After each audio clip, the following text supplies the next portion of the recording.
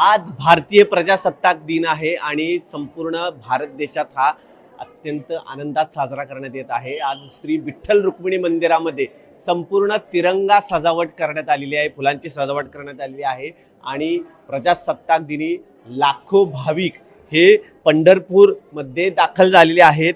हीच तिरंगी सजावट पुणे येथील भाविक सचिन अण्णा चव्हाण यांनी केलेली आहे आणि तुम्ही पाहू शकता की सोळखांबीपासून मंदिराच्या गाभाऱ्यापर्यंत ही सजावट करण्यात आलेली आहे।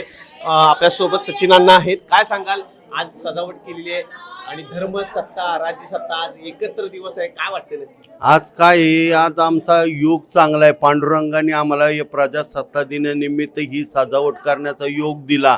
ही आम्हाला अत्यंत अत्यंत आनंदाचा दिवस असा आम्ही समजतो, म्हणून ह्या दरवर्षी आम्ही या दिवशी मंदिरात सजावट करीत असतो। किती फुलं वापरली, किती जण कारागीर ह्याच्यासाठी जवळजवळ कोण कोण आलात तुम्ही? आम्ही जवळजवळ 2 टन फुलांचा वापर केलेला आहे। आमचे मित्र इंद्रजित दळवी असतात, सोमनाथ पोकळे असतात, गणेश रायकर असतात, संदीप पोकळे असतात आणि जवळजवळ 15 ते 20 कारागिरांनी हे काम केलेलं आहे। आणि झेंडू आसन, कामिनी आसन, शेवंती आसन, आष्टर आसन असा विविध फुलांचा वापर करून आपण ही सजावट केलेली आहे। पाहू शकता की पांडुरंगाच्या मंदिरात गाभाऱ्यासमोर आहोत, भाविक दर्शन घेत आहेत।